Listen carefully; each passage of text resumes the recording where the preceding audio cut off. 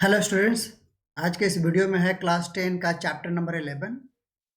ये chapter number 11 का part 3 है, जिसमें हम डिस्कस करने वाले हैं क्वेश्चन नंबर 8 से क्वेश्चन नंबर 14 तक। तो चलिए बिना डिले किए हम लोग शुरू करते हैं क्वेश्चन नंबर 8। एक्चुअली हमने ऑलरेडी पार्ट 2 में क्वेश्चन नंबर 1 से क्वेश्चन नंबर 7 तक के क्वेश्चन को डिस्कस कर लिया है। तो चलिए क्वेश्चन नंबर 8 क्या कह रहा है, देखिए। A horse is tied to a peg at one corner of a square-shaped grass field of side 15 meter by means of a 5 meter long rope given in figure में दिया हुआ 11.8, जो कि हमने एनसीईआरटी से फिगर को यहाँ पर लिया है। Find first the area of that part of the field in which the horse can graze, है ना, ग्रेजिंग कर रहा है वो, है ना। The increase in the grazing area if the rope were, है ना, 8 metre long instead of 5 metre. तो grazing area of the rope were 10 metre long, यानी कहने का मतलब है कि हमें इसको जो एरिया है वो 10 मीटर लॉन्ग कर देना है। ठीक है, तो इसके जब हम 10 मीटर करेंगे तो एरिया भी बढ़ेगा उसी हिसाब से। चलिए देखते हैं क्वेश्चन को, फिर हमारा एक क्लैरिटी और बढ़ेगा। चलिए अब देखो, क्योंकि यहाँ पर जो है हमारे पास हमारा क्या है, स्क्वायर शेप्ड है। क्लियर, आ जाइए यहाँ पर हम देखते हैं कि अब देखिए यहाँ पर कि ये जो है यहाँ पर ये 5 मीटर लॉन्ग है हमारे पास ये रोप। क्लियर, तो उसके थ्रू ये कैसे बनाएगा। तो देखिए ये जो हॉर्स है कितना एरिया को ग्रेज करेगा। क्लियर, तो from the figure, from the figure, clear, क्या है हमारे पास कि the horse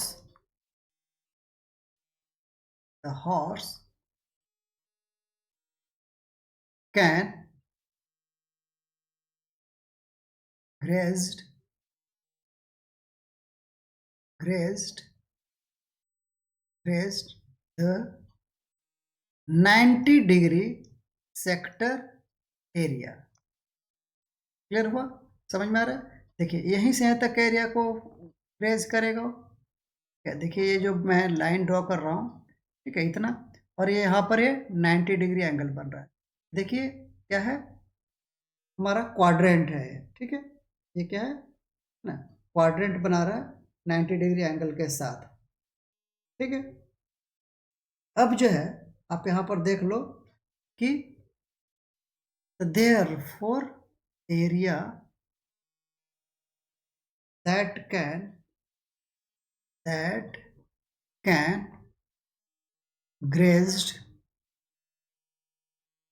by horse is equal to area of sector. ये एक सेक्टर बन गया इतना, देखिए गौर से आप इसको।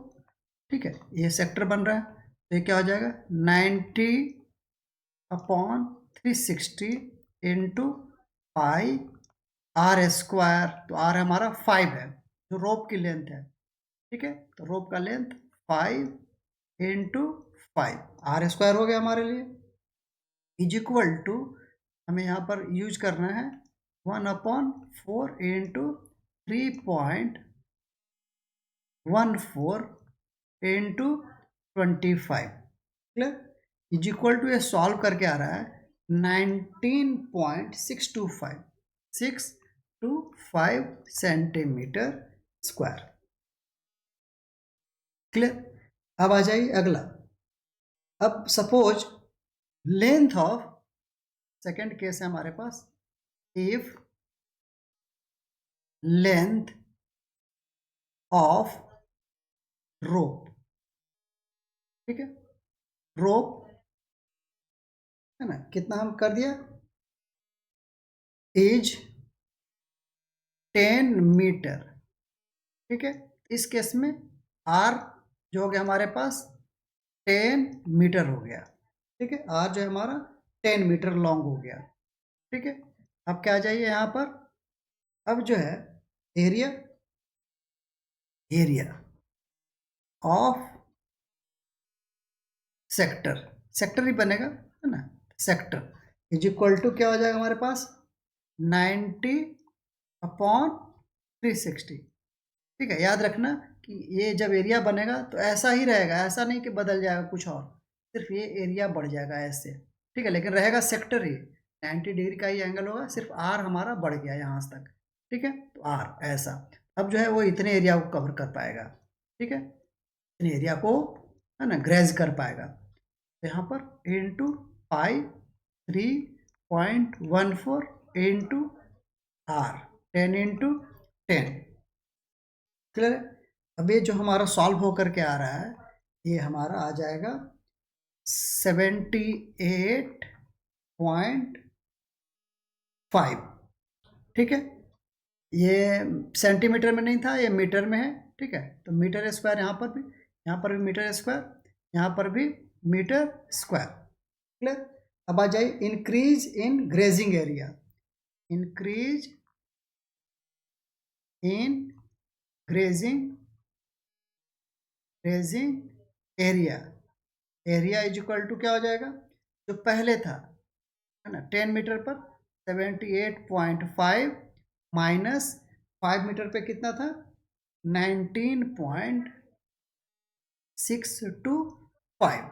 ये सॉल्व होकर के कितना आ रहा है, ये सॉल्व होकर के आ रहा है हमारे पास 58.87। ठीक है, 58.875 मीटर स्क्वायर। क्लियर, ये हो गया हमारे लिए area grazed by the horse. Increase in area, फिर अगर 5 मीटर है तो कितना एरिया को ग्रेज करेगा, अगर हमने उसके रोप को 10 मीटर कर दिया तो कितने एरिया को ग्रेज करेगा। क्लियर, तो ग्रेजिंग ऑफ द हॉर्स। ठीक है, ये हमारे पास ये क्वेश्चन था। Now next, A ब्रूच is made with silver wire in the form of a circle with diameter 35 mm. ठीक है, the wire is also used is making 5 diameters which divide the circle into 10 equal sectors shown in the figure 11.9। First है इसमें, find the total length of the silver wire required। Clear, अब जो है silver wire required की हमें बात कर रहा है। क्लियर है, अब देखिए कि इसके लिए अब क्या करेंगे कि कितने सिल्वर वायर्स का होगा, एक तो सरकमफेरेंस बन जाएगा इसका, और दूसरा 10 जो इसमें हम ड्रॉ कर रहे हैं इक्वल सेक्टर्स। ठीक है, तो ये भी बना रहा है, तो देखिए कितने रिक्वायरमेंट है, ये भी वायर बनेगा जो कि डायमीटर के इक्वल होगा। क्लियर है, तो यानी कि ये सब वायर्स का भी हमें लेंथ कैलकुलेट करना पड़ेगा। तो ये जो है हमें थोड़ा सा समझना है, तो आ जाइए पहले सॉल्यूशन देख लेते हैं क्या हमें करना है। सबसे पहला रिक्वायरमेंट है सिल्वर वायर जो कि ये चारों तरफ है, सरकमफेरेंस पे रिक्वायरमेंट है।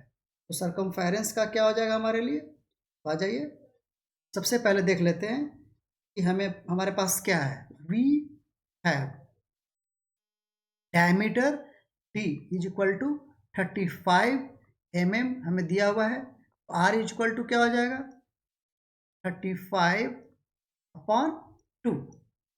ठीक है, ये हो जाएगा mm। क्लियर है, अगर रिक्वायरमेंट जहाँ हमें डी का होगा डी कर लेंगे, जहाँ आर का होगा आर कर लेंगे। तो now circumference, circumference of brooch is equal to क्या हो जाएगा 2 पाई आर, 2 पाई आर। 2 पाई का वैल्यू ऑलरेडी गिवन है, पाई का वैल्यू 22/7 इंटू 35/2। ये सॉल्व करके हमारे पास आ रहा है 110 mm। ठीक है, यूनिट में कभी कभी क्योंकि ध्यान रहता है हमारा सेंटीमीटर या मीटर, प्रीवियस क्वेश्चंस का दिमाग बन जाता है, तो आप थोड़ा सा यूनिट को आप ध्यान में रखेंगे। वैसे आपके लिए तो ये कोई एक ही क्वेश्चन होगा, ठीक है, या इस ढंग के अगर प्रैक्टिस करते हैं तो इसका ध्यान रखेंगे आप। Clear? The length of wire required, ठीक है। कितना हो गया? सबसे पहले तो सरकमफेरेंस चाहिए। सरकमफेरेंस के लिए कितना हो गया? 1 प्लस, अब देख लीजिए 5 इंटू 5 बन रहे हैं। देखिए अगर 10 सेक्टर में डिवाइडेड है तो 5 डायमीटर्स आर देयर। देखो एक है, ये 2, ये 3, ये 4 और ये 5। आपका कैलकुलेट कर लो इसको। हमारे पास 5 डायमीटर्स हैं, उसके लिए हमें सिल्वर वायर की जरूरत पड़ेगी। क्लियर? यहाँ पर इंटू 35। जब हम इसको सॉल्व कर रहे हैं तो हमारे पास आ रहा 110 प्लस 175 इज इक्वल टू, हमारे पास रिक्वायर्ड जो सिल्वर वायर का लेंथ हो गया 285 mm। क्लियर? अब आ जाइए अगला क्वेश्चन। अगला कह रहा है it can be divided into the 10 sectors. The ब्रूच divided into 10 sectors, ठीक है। एक सेक्टर्स का कितना हो जाएगा? तो therefore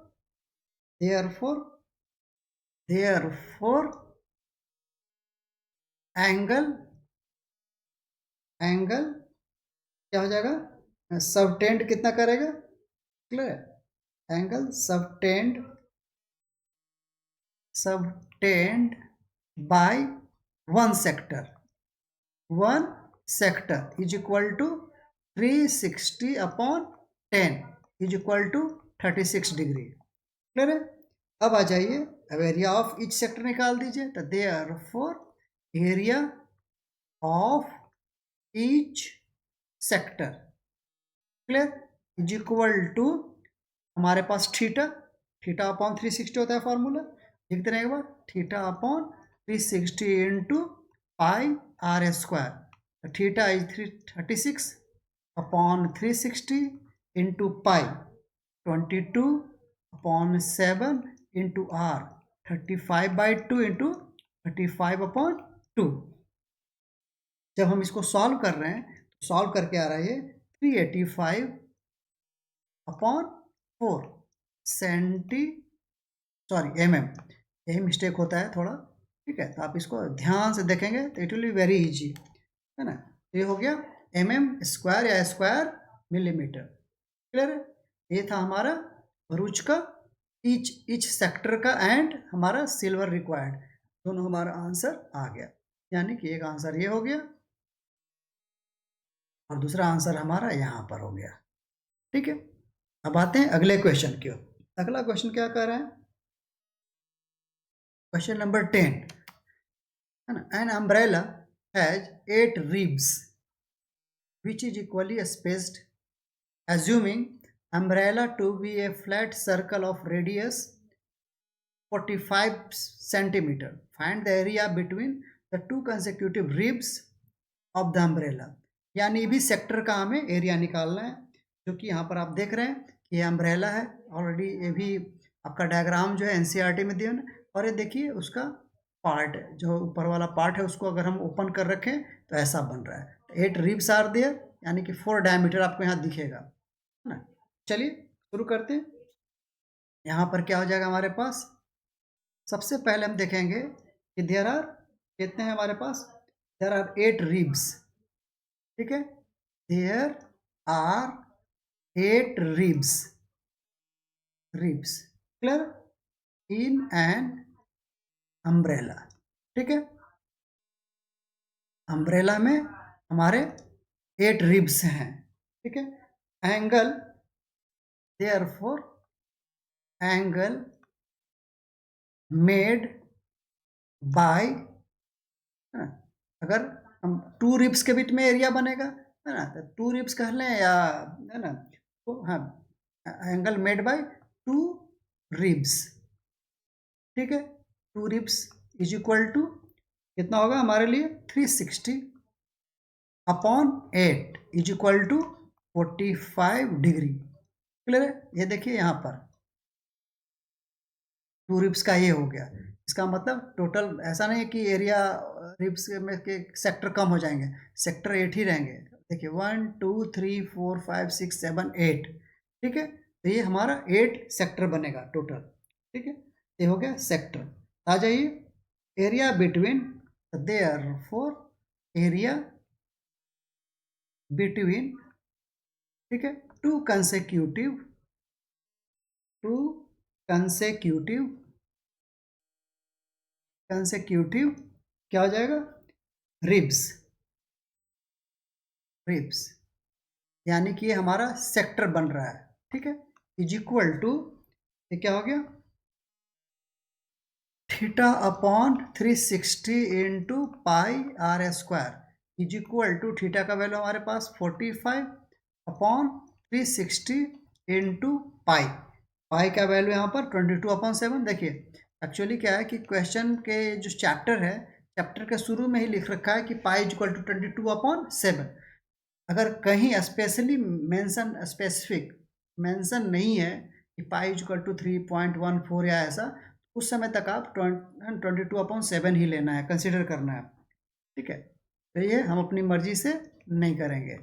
45 into 45 is equal to, ये आ जाएगा हमारे पास 1/8 into 22/7 into 45 into 45 is equal to, ये जब सॉल्व कर रहे हैं हम लोग, ये आ रहा है 11 अपॉन, क्या आएगा हमारे पास 28 इंटू 2025 इज इक्वल टू, ये जब मल्टीप्लाई कर देंगे, ये मल्टीप्लाई करके हमारा आ रहा है 22275 अपॉन 28, ठीक है, सेंटीमीटर स्क्वायर, ठीक है।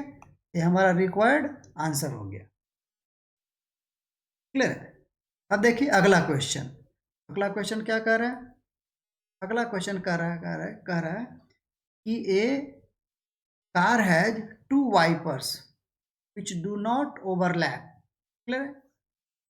Each wiper has a blade of length 25 centimeter, है ना, sweeping through an angle of 115 degree. So find the total area cleaned at each sweep of the blades. Clear? अब जो है यहाँ पर कह रहा है कि एक वाइपर है, क्लियर है, तो वाइपर जो है 115 ऐसा, ये 115 डिग्री एंगल बना रहा है, ठीक है, ऐसे सर्कल वे में ये स्वीप कर रहा है, ठीक है। ये वाइपर है, वाइपर ऐसे बंद हो रहा है, फिर ऐसे ओपन करके यहाँ तक जा रहा है, ठीक है। ये आपका कार के केस में है।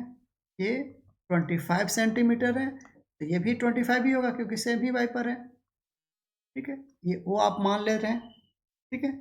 अब ये ए, इसको बी मान लेते हैं, ठीक है। अब आ जाइए यहाँ पर, क्लियर है। यहाँ पर हम लिख सकते हैं कि द ब्लेड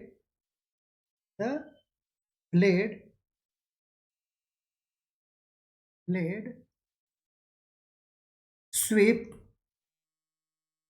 कितना, 115 डिग्री, ठीक है, in a circle, in a circle. Clear? Circle का ही पार्ट बनाता है, पूरा मूव नहीं करेगा यहाँ तक क्योंकि दूसरा वाइपर इधर साइड से होता है, आपने देखा होगा कार को, ठीक है। तो इसीलिए ये हमें समझना है। एंड जो है, और रेडियस कितना है, हेयर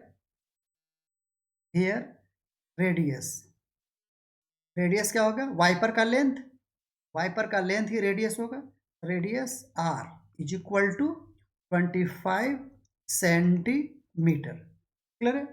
अब आ जाइए area of sector, area of sector, ठीक है। यहाँ पर हमारे लिए बन रहा है आप यहाँ पर एक और नेमिंग कर देते हैं, है ना, सी, क्या हो जाएगा, O A C B is equal to theta upon 360 into pi r square.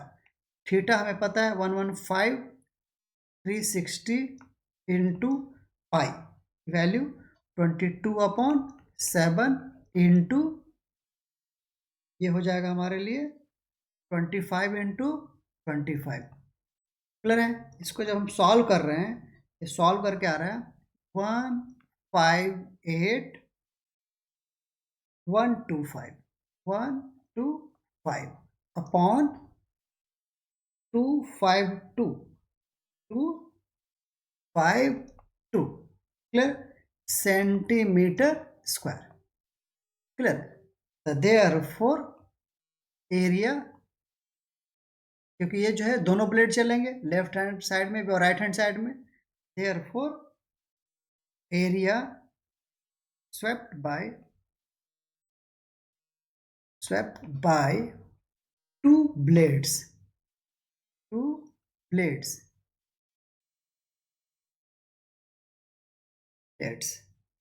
is equal to 2 into,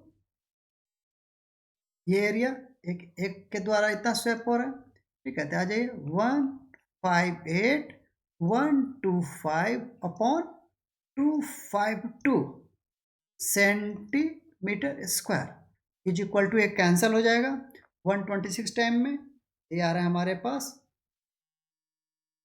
कि जब इसको कट करेंगे तो क्या आ गया, 158,125 अपॉन, क्लियर है, 126 centimetre square. This is our required answer. ठीक है, क्लियर। अब आ जाइए अगले क्वेश्चन की ओर। अगला क्वेश्चन क्या कह रहा है, देखिए अगला क्वेश्चन कह रहा है ना, 2 worn ships are underwater or underwater rocks. A lighthouse spreads a red colored light over a sector of angle 80 degree to a distance of 16.5 kilometer. Find the area of the sea over which the ships are warned. ये तो सबसे आसान है। अब ये जो है, अब यहाँ पर ये लाइट हाउस है, ठीक है, लाइट हाउस से यहाँ, क्लियर, कितना एंगल की ओर, 80 डिग्री, ठीक है, 80 डिग्री ये एरिया कवर करता है, सपोज कर रहे हैं ऐसे, ठीक है, this is the 80 degree. Clear? अब इसका नेमिंग करते हैं, ओ ए बी और यहाँ पर दे रहे हैं सी। क्लियर? ये हो गया हमारे लिए। अब जो है यहाँ पर लिख लीजिए, क्या हो जाएगा, the light house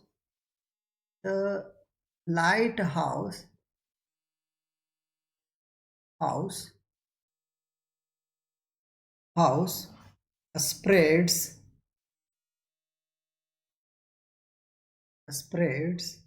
light across 80 degree sector, 80 degree in a circle of radius कितना हो जाएगा, 16.5 किलोमीटर। क्लियर? देयरफॉर, सबसे आसान क्वेश्चन था, area of sector O A C B is equal to 80 upon 360 into pi r square. Clear? Is equal to 80 upon 360 into pi, 3.14, यहाँ पर देखिए 3.14 लेना है, ठीक है, तो ये आप ध्यान में रखेंगे, 3.14 into 16.5 into 16.5 is equal to, ये सॉल्व करके हमारे पास आ गया 189.97 क्लियर। ये क्या हो जाएगा, किलोमीटर स्क्वायर या स्क्वायर किलोमीटर। ये हो गया हमारा रिक्वायर्ड आंसर। क्लियर। अब आते हैं अगले क्वेश्चन की ओर। 13 नंबर क्वेश्चन क्या कह रहा है,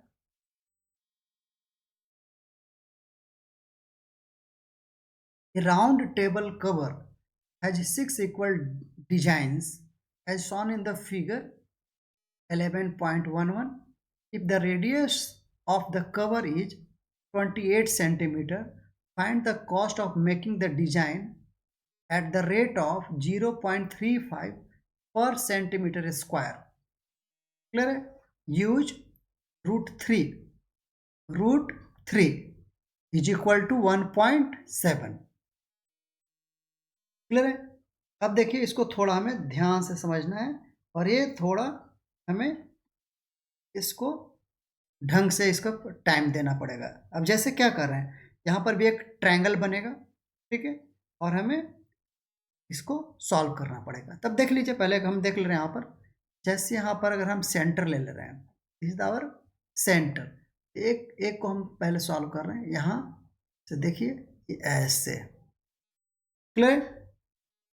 अब जो है इसी ढंग से आप सबको मिला सकते हो। देखो यहाँ से ये ऐसे, यहाँ से ये आएगा तो ये ऐसे सीधे मिलेगा, ठीक है, और यहाँ से ये ऐसे। क्लियर है। तो ये स्ट्रेट लाइन होंगे, एक्चुअली हाथ से ड्रॉ करने का टेढ़ा मेढ़ा हो रहा है, ठीक है, तो उसको आप ध्यान नहीं देना, it will be a straight line.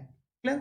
अब जो है यहाँ पर आप देखेंगे कि जो डिजाइन है, देखिए डिजाइन जो है कॉर्नर पे बना हुआ आपको दिख रहा होगा यहाँ पर, है ना। तो ये सेगमेंट का केस हो रहा है, ठीक है, ये सेगमेंट का।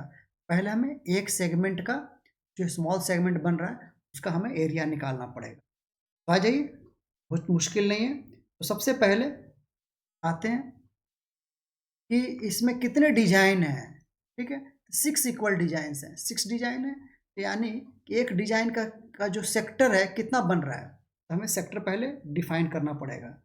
आइए यहाँ पर हम नेमिंग भी कर लेते हैं तो बेटर हो जाएगा, ठीक है। हम लोग नेमिंग कर लेते हैं यहीं पर, दिस इज द ए, इसको नाम दे रहे हैं बी, ये हो जाएगा C D E F. Clear है। और यहाँ पर क्योंकि एक सेक्टर जिसको हम निकाल रहे हैं, है ना, तो यहाँ पर इसका नेमिंग कर देते हैं पी। क्लियर है। अब देखिए यहाँ पर इस ढंग से हम एज्यूम करेंगे। अब आ जाइए in segment A P B, A P B. Clear. Chord क्या होता है हमारे पास, कॉर्ड ए बी, ठीक है, A B A B. Clear है। तो ईच कॉर्ड कितना होगा, कॉर्ड ए बी, एंगल निकाल लेते हैं, ठीक है, एंगल इज इक्वल टू, क्योंकि 6 है, ठीक है, 360 अपॉन 60 इज इक्वल टू क्या हो गया, 60 डिग्री। ठीक है, एक एंगल कितना बना रहा है, 60 डिग्री, यानी कि ये जो एंगल हो गया हमारे लिए 60 डिग्री हो गया। ठीक है, जैसे ही 60 डिग्री हो गया तो हमें बहुत ज़्यादा दिमाग लगाने की, हमने ऑलरेडी क्वेश्चन कर रखा है लेकिन हमें प्रूफ करना होता है बार बार। ठीक है, तो ये कहने का मतलब है in triangle O A B, वो कौन है हमारा, सेंटर। ठीक है, ओ ए बी। क्लियर। क्योंकि अब ये दोनों रेडियस है, ये आर है, ये भी आर है, जिसको हमने 28 सेंटीमीटर है, अभी आर ही लिख रहे हैं यहाँ पर क्योंकि अब वहाँ स्पेस नहीं बचा है, चाहे लिख ही दे रहा हूँ मैं 28। ठीक है, तो ये भी 28 हो जाएगा। ठीक है, 28 सारे रेडियस हैं, जब दोनों रेडियस हैं तो अगेन ये एंगल और ये एंगल क्या हो जाएगा, इक्वल हो जाएगा।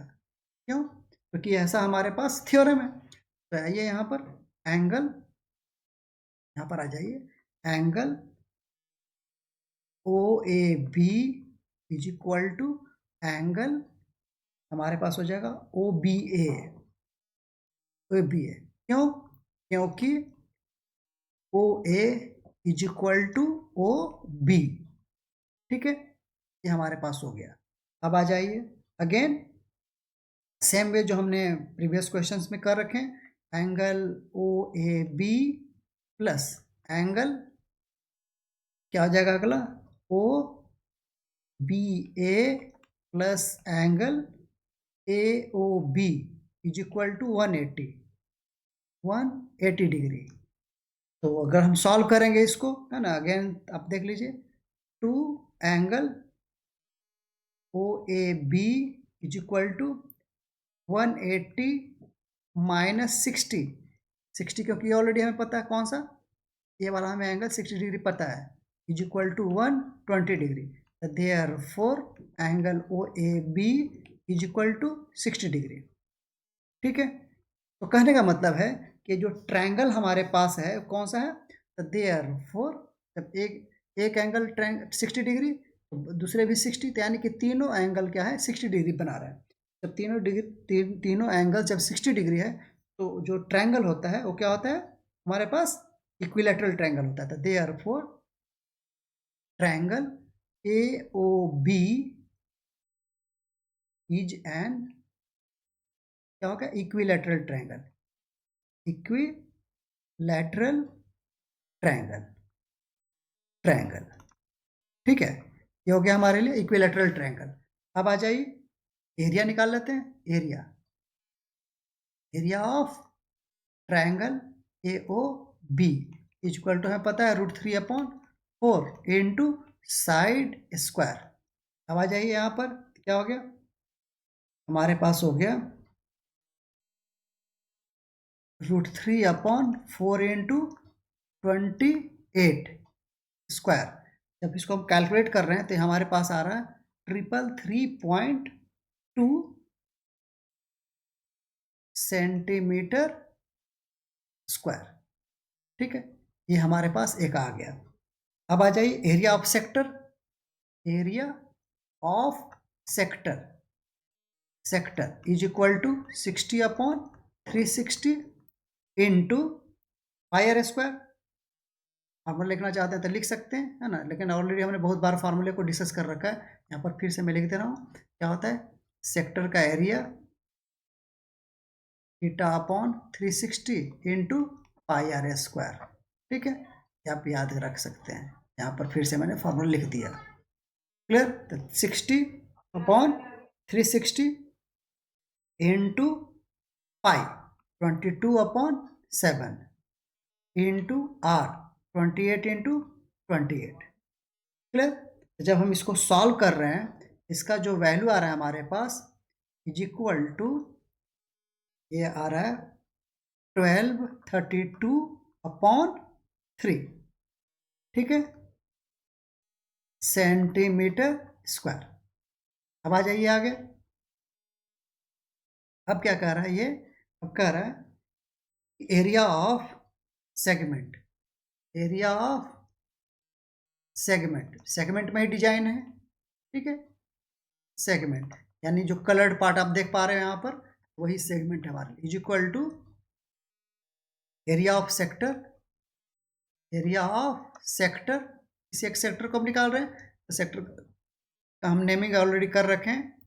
एरिया ऑफ सेक्टर क्या है आप दे दो यहाँ पर, O A P B minus area of triangle, triangle का क्या नाम है O A B, O A B is equal to, अब आ जाइए यहाँ पर हम देख पा रहे हैं कि हमारा ये आया था 1232/3 माइनस ये हमारे पास आया था 333.2। क्लियर, ये जो है तो देयरफॉर ये सॉल्व करके आ रहा है हमारे पास। अब देखिए इसमें क्या करेंगे कि हमारे पास कितने डिजाइन है, ये तो एक डिजाइन का हो गया। क्लियर है, हमारे पास एक डिजाइन का हमारे पास एरिया आ गया है। क्लियर है? तो आइए सबसे पहले एक डिजाइन का कैलकुलेट कर लेते हैं। तो हमारे पास हो गया इज इक्वल टू, जब इसको सॉल्व कर रहे हैं तो ये हमारे पास आ गया, हमारे पास इसको और मल्टीप्लाई कर देते हैं, that for total area, area of design कितने हो जाएंगे, 6 से मल्टीप्लाई कर दे रहे हैं। ठीक है, तो 6 से मल्टीप्लाई करके 1232 अपॉन 3 माइनस 33.2। अब इसको जब मल्टीप्लाई करेंगे तो ये टोटल हमारे पास आ रहा है 464 पॉइंट हमारे पास 8 सेंटीमीटर स्क्वायर। ठीक है, इसको आप रीचेक कर सकते हो, है ना। इसको सब्सट्रैक्ट कर दोगे, देखो ऑलरेडी ये 3 से जब डिवाइड करेंगे क्या आ रहा है 4 1, है ना, 0 पॉइंट समथिंग आएगा, और ये 333.2 करेंगे और फिर उसको हम 6 से मल्टीप्लाई करेंगे तो लगभग ये हमारा वैल्यू आ जाएगा। हमने तो कैलकुलेटर यूज किया है, आप इसको कैलकुलेशंस कर सकते हैं। Cost of 1 centimetre square, 1 centimetre square design कितना दे रखा है ऑलरेडी 0.35। ठीक है, रुपीज में है, रुपीज 0.35। ठीक है, रुपीज में है, ठीक है 0.35। क्लियर? तो देयरफॉर टोटल कॉस्ट तो टोटल एरिया से मल्टीप्लाई कर देंगे, 464.8 इंटू 0.35। जब हम इसे मल्टीप्लाई कर रहे हैं ये हमारे पास आ रहा है 162.68 रुपीज में है। देयरफॉर हमारा क्या हो गया, डिजाइनिंग कॉस्ट, है ना, डिजाइनिंग कॉस्ट हो गया हमारे पास इतना। ये हो गया हमारे लिए आंसर। क्लियर है? अगला जो क्वेश्चन है ऑब्जेक्टिव टाइप का है ना, बहुत ज़्यादा इसमें नहीं है ना, इसमें ABCD दे रखा था ना। तो ये हमारा ऑप्शन ए है, ये ऑप्शन बी है, ये ऑप्शन सी है और ये ऑप्शन डी है। ठीक है, तो tick the correct answer in the following area of A sector of angle P in degree of the circle with the radius R। Clear है? तो नेचुरली, है ना, हमने पता है कि एज वी नो सॉल्यूशन, है ना, वी नो दैट क्या होता है एरिया ऑफ सेक्टर।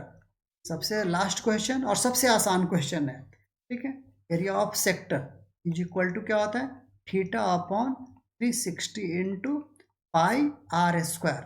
अब देखिए यहाँ पर दे रखा है थीटा की जगह पे क्या दे रखा है पी। ठीक है, पी अपॉन 360 इंटू पाई और आर के जगह पे कैपिटल आर है, कैपिटल आर स्क्वायर। ठीक है, ये हो गया हमारे लिए आंसर। अब देखिए कौन सा आंसर है, क्लियर है? तो यहाँ पर सारे आ रहे हैं यार, क्लियर? अब देखिए यहाँ पर कौन सा हो सकता है, सब एरर है, ये 180 ये 360 था।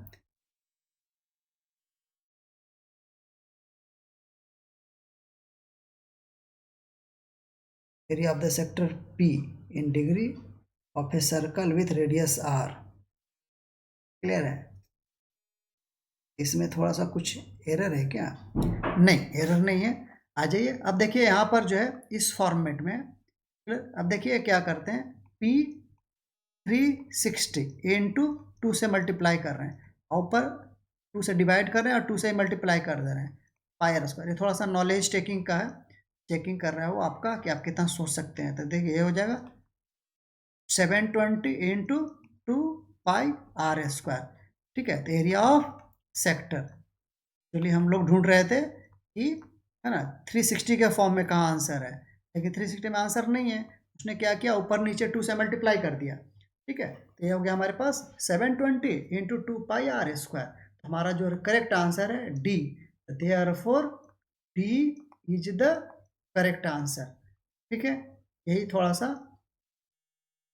आपको ये भुलवाने के लिए दे रखा होता है ताकि आप सोच पाएँ, है ना? मैं भी सोच रहा था 180 ठीक है, और ये थोड़ा सा टाइपिंग एरर भी है, 360 यहाँ पर है, ठीक है, ये टाइपो एरर है, इसको आप ध्यान से देखेंगे। तो हमारा जो आंसर हो गया डी। क्लियर? इस ढंग से हमारा जो हो गया सर्कल जो है area related to circle chapter complete हो गया। आप इसको प्रैक्टिस कर सकते हैं। ठीक है, तो बहुत जल्द हम आपके लोगों के लिए प्रीवियस ईयर के क्वेश्चंस भी लाने वाले हैं। तो आप इस वीडियो को सब्सक्राइब कर लें और लाइक का बटन दबा दें अगर पसंद पड़ा है तो। और अगर एनी डाउट है और एनी कुछ है तो ज़रूर फीडबैक दें। I will try my best to correct one. ठीक है, अगर हम उसको करेक्ट करने की कोशिश करेंगे। Okay, thank you for the today class.